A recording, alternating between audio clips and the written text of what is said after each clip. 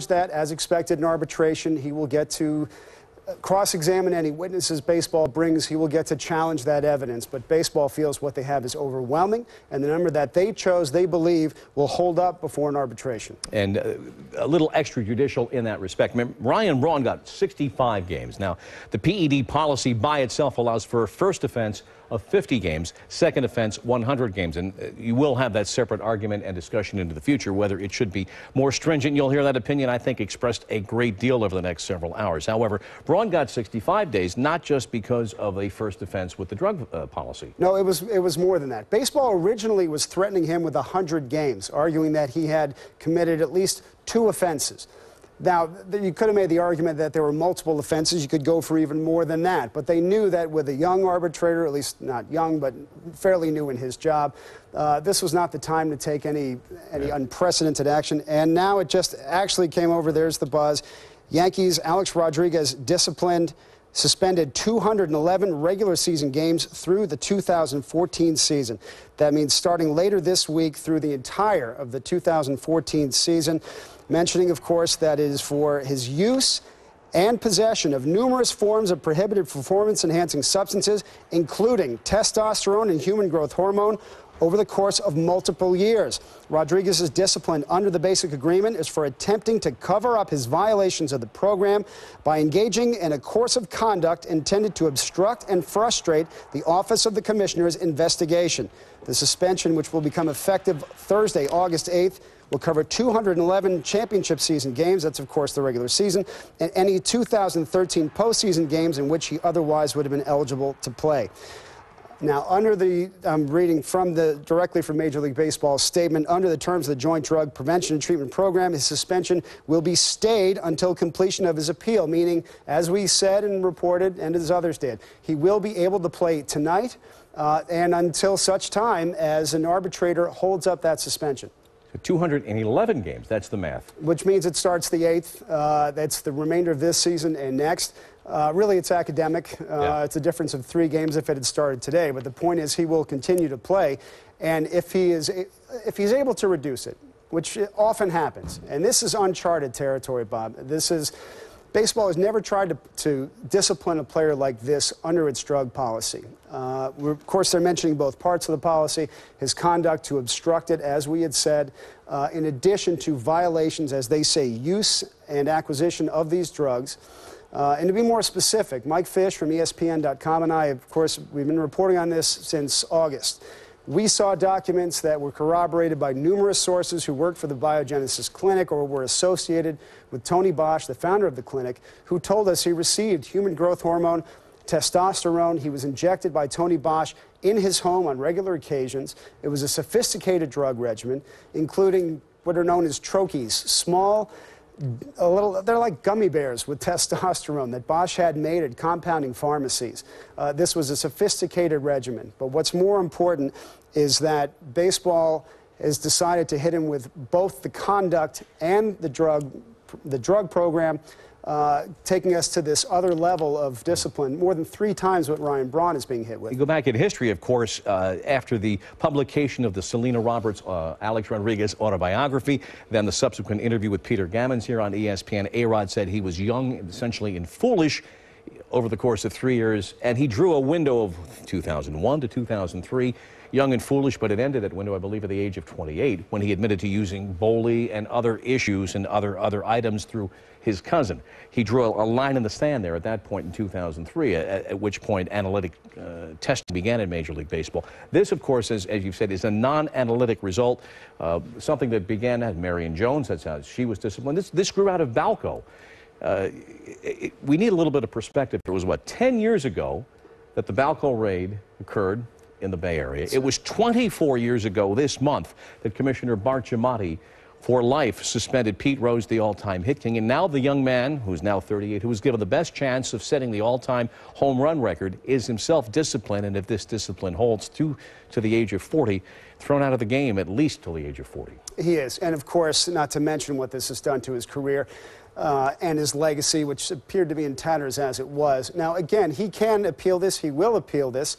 Who knows how successful he'll be? What we do know is that when baseball came forward with the information it had obtained to Ryan Braun and to the other players on that list, 14 players, 13 of them saw this evidence and said, that's it, you got me, I'll take the suspension. Ryan Braun, the only player who ever successfully overturned a suspension under the drug policy in arbitration, even he said, I'll take the 65 games beyond the standard 50 for a first offense and try to live to fight another day. But with A-Rod, it's different. You've got a few elements with him that are different, starting with his age, as you said.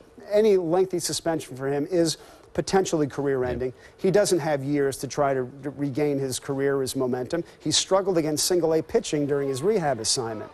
He also was looking at losing up to $100 million that's owed to him under his contract, and part of the negotiations, as we've understood them, have been efforts by A-Rod and the Players Association to get some sort of guarantee that he can get some of that money.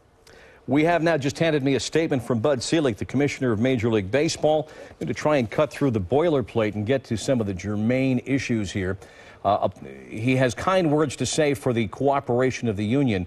And this is now quoting Bud Selig. I'm proud of the comprehensive nature of our efforts, not only with regard to random testing, groundbreaking blood testing for HGH, and one of the most significant longitudinal profiling programs in the world, but also our investigative capabilities, which prove vital to the biogenesis case. Upon learning that players were linked, again, this is Bud Selig, upon learning that players were linked to the use of performance-enhancing drugs, we vigorously pursued evidence that linked those individuals to violations of our program. We conducted a thorough, aggressive investigation, guided by facts so that we could justly enforce our rules. Despite the challenges created, we pursued this matter because it was the right thing to do. It was also the only thing to do. For weeks, and again, this is Selig, for weeks I have noted that many players throughout the game who have strongly voiced their support on this issue, and I thank them for it. I appreciate the unwavering support of our owners and club personnel who share my ardent desire to address this situation appropriately. I'm also grateful to the trainers and to the club physicians, and also just trying to cut through. We've just been handed this through the boilerplate and some of the other issues here. It also resoundingly illustrates the strength of our program is not limited only to testing. We attack it on every area. And Selig concludes, as a social institution with enormous social responsibilities, baseball must do everything it can to maintain integrity, fairness, and a level playing field. We are committed to working together with players to reiterate that performance-enhancing drugs will not be tolerated in our game. And so as of this moment, with the suspensions announced today and those accepted by most of the players, and of course the suspension announced to Alex Rodriguez, since 2006, through the PED testing and penalty program in baseball, baseball has suspended players, and this is official. This is not people linked and imputed or reported. They have suspended players who have won 4 MVP trophies, 1 Cy Young, 1 Rookie of the Year, 8 home run championships, 2 batting titles, and a total of 41 All-Star appearances. That, of course, is not even including people such as Mark McGwire, Roger Clemens, Sammy Sosa. They've never been proven to be actually using or testing positive. And Bud Selig, who got religion late on this issue, has become, as in most religious circumstances, converts are the most fervent, and he has led baseball to this moment where now he has an arbitration issue and will be heard by a brand new arbitrator, Frederick Horowitz, who is an attorney out of Santa Monica, California. And the reason he's a brand new arbitrator is that baseball, Major League Baseball, and the arbitrator is hired by both the union and management. Management fired the old arbitrator, Sham Das, who was the arbitrator who upheld the Braun appeal last year. Sham Das was the standard of arbitrators. He was pretty much what anybody would want in their program, experienced, respect. But he interpreted a rule with Ryan Braun's positive test that baseball was flabbergasted by. I'd spoken to people who were familiar with the case that Ryan Braun's team was presenting for that arbitration, and one person said, if this is their defense, it's over. Well, it wasn't over. He did agree that the collector who took his specimen, Dino Lorenzi Jr., who became famous for all the wrong reasons, was somehow acting outside of the policy when he, on a Friday, after a playoff game where I believe Ryan Braun went 3 for 4, took that sample. FedEx was closed, the nearest one. Under the policy, it says if you can't get it to FedEx right away, you've got to store it in a safe place. He took it home. by taking it home. They said that he should have left it at the FedEx facility in Milwaukee. They never challenged the science of that test, not even the chain of custody. No one ever suggested that the sample had been tampered with or that there was something wrong with the science.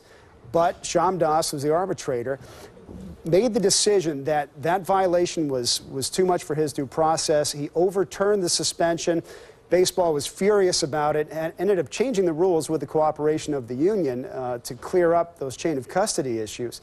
But it also put Ryan Braun straight in baseball's sights. There was a personal element to this, there's no question, especially when Ryan Braun came out after he overturned that appeal, that overturned the suspension and said, I bet my life that substance never entered my body. He suggested that there was something untoward about the collector and whether he had an agenda or not. In the end, of course, Ryan Braun took his suspension. Now we enter a different phase with Alex Rodriguez trying to fight this suspension and baseball going to justify the longest that it's ever given under that policy. But Bob, the statement that you just read, that's what Bud Selig was hoping to read when they started looking into this. About a year ago, when baseball was first made aware that Tony Bosch was connected to a number of players who had tested positive, Melky Cabrera, Bartolo Colon, Yasmani Grandal, they sent a series of investigators down to Florida, knocking on doors, going to bars and nightclubs where they knew that Tony Bosch and his associates frequented. After months and months, they finally started to get some breakthroughs, ultimately getting Tony Bosch to cooperate. That was the breakthrough in this case for baseball. Other leagues have looked at this and said, why would the commissioner of a sport go after his own sport this way? And then some within the game said, why would they use such tactics? It's one thing if the evidence falls in your lap. Why would baseball so aggressively pursue this? Why would they be willing to pay witnesses? Why would they be willing to buy documents? Why would they use lawsuits to threaten Tony Bosch and others into cooperating with them? A number of people criticize their tactics. Sound like you're reading from Alex Rodriguez's appeal. They may well be in his appeal. Because Bosch's credibility will be part of it. And while there are questions about Bosch's credibility and his run-ins with medical oversight boards and whatnot and law enforcement, there is a paper trail extant. There is a paper trail. And they can go after Bosch's credibility. And that's a problem with any drug case, whether it's criminal, whether it's administrative, as this is. They can go after his credibility. What matters at the end of the day is the credibility of the evidence. Was the evidence itself compelling? Tony Bosch turned over emails, texts, phone records, anything he could to corroborate what he told baseball about his relationship. We also know that baseball went after a number of other witnesses, hoping that they also would sign sworn affidavits if necessary, appear in an arbitration hearing if necessary, all to bolster that case. So they've got a lot of evidence to try to take apart. And at some point, perhaps in the arbitration process, but if history holds, we may never see the actual evidence per se in exhibit. But you talk about Alex Rodriguez saying he had put a close to his use of PEDs in 2003. Clearly, that does not appear to be the case. But you also have his involvement with Dr. Anthony Gallia, right, who is the Canadian doctor involved with the importation of substances into the United States. You have the fact that Rodriguez, just within the last several weeks, got a second medical opinion enlisting a doctor to read his MRI, a doctor who himself had been disciplined for lack of oversight involving some steroid issues in a medical environment. You have a lot of issues, and you talked about the personal nature of this, and that in terms of the Braun case, but that really entered into the Rodriguez matter in terms of the comments he made last Friday in Trenton when he was down there on his rehab assignment, when he talked in virtually the same breath. We need PEDs out of the game, but also talking about and clearly imputing that the Yankees wanted out of his contract because they have about another $100 million to pay him. 211 games alone will cost him $34 million. So those buttons were pushed at Major League Baseball. They were pushed to begin with, Bob. It was clear baseball was extremely displeased with Alex Rodriguez before they got the evidence from Tony Bosch to corroborate the charges against Alex Rodriguez that they were pursuing. They didn't like the fact that he essentially got a fresh start in 2009 after he said, I did use it earlier in my career. He said, my cousin and I didn't even know what we were taking. We called them Bolies.